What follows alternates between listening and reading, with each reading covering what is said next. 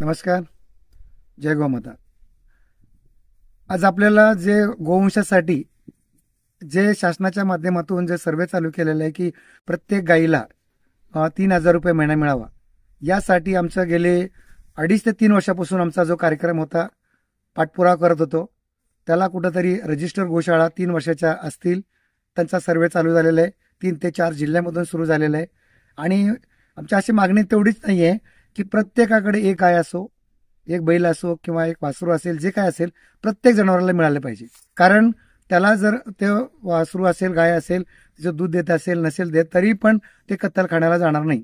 त्याला न्याय मिळाला पाहिजे. म्हणजेच आम्ही कुणालाही दोषी ठरवणार नाहीत. कारण तुम्ही जर त्यांना 100 रुपये पर डे दिलं तर त्यांचा उदरनिर्वाह होणार आहे, शेतकऱ्याचा पण होणार आहे. आणि शेतकऱ्यांना इतका फायदा त्याचा होणार आहे की त्यांना शेताला सुद्धा कॅन्सर होणार नाही. मग शेताला जर कॅन्सर झाला तर सगळं आम्हाला कॅन्सर होणार आहे. म्हणून माझं सांगणं आहे की हे कॅन्सरचं प्रमाण इतकं वाढत चाललंय की याला जर कंट्रोल करायचं असेल तर आपल्याला गोवंशाकडेच यावं लागणार आहे आणि गोवंशच तुम्हाला कॅन्सरपासून मुक्त करणार आहे. त्यासाठी मी आणि आमचे शंकराचार्य जे आहेत, या शंकराचार्याच्या मार्गदर्शनाखाली त्यांचं जे मार्गदर्शन आम्हाला मिळतंय ते गावोगावी, शहरामध्ये, तालुक्यामध्ये, जिल्ह्यामध्ये या ठिकाणी आम्ही गोरक्षा समित्या स्थापन करत आहोत. आणि गोरक्षा समित्या स्थापन केला तर तळागाळातून प्रत्येकाचं जे सर्वे शासनाच्या माध्यमातून चालू आहे तर त्यांना पण सहकार्य करा तुम्ही की तुमच्याकडे गायी किती आहेत, बैल किती आहेत ते त्यांच्या मार्फत द्या. पण आम्ही हे सर्वे गावगाव केलेलं आहे. पण आम्हाला शंकराचार्यजींनी आम्हाला आमंत्रित केलेलं आहे की 2 तारीख ते 6 तारीख दिल्लीमध्ये गो संसद चालू होणार आहे. त्या संसदमध्ये आम्हाला 5 दिवसाच्या संसदमध्ये मला आमंत्रित केलेलं आहे. मी त्या ठिकाणी जात आहे.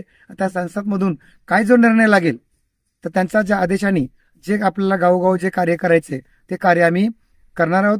आणि आल्यानंतर तुम्हाला आम्ही एक मिटिंग घेणार आहे. आपल्या धाराशिव जिल्ह्याच्या तरी खास याच जिल्ह्यामध्ये आपली एक मिटिंग होईल आणि प्रत्येक गावागावाच्या लोकांना आम्ही आमंत्रित करू.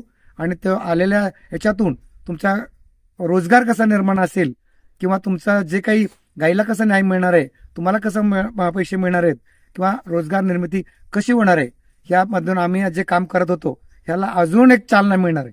तर यासाठी मी तुम्हाला सर्वच आपल्या धाराशिव जिल्ह्याच्या सगळ्या गोभक्त असतील, रक्षक असतील, गोसेवक असतील, गोचिकित्सक असतील, शेतकरी असतील आणि ज्यांच्याकडे गाय पण नसेल पण त्याने समर्थक आहेत, अशा सर्वांना मी आमंत्रित करणार आहे. आणि सर्व जणांनी यायचं आहे. साधारण मी आल्यानंतर डेट कळवेन तुम्हाला.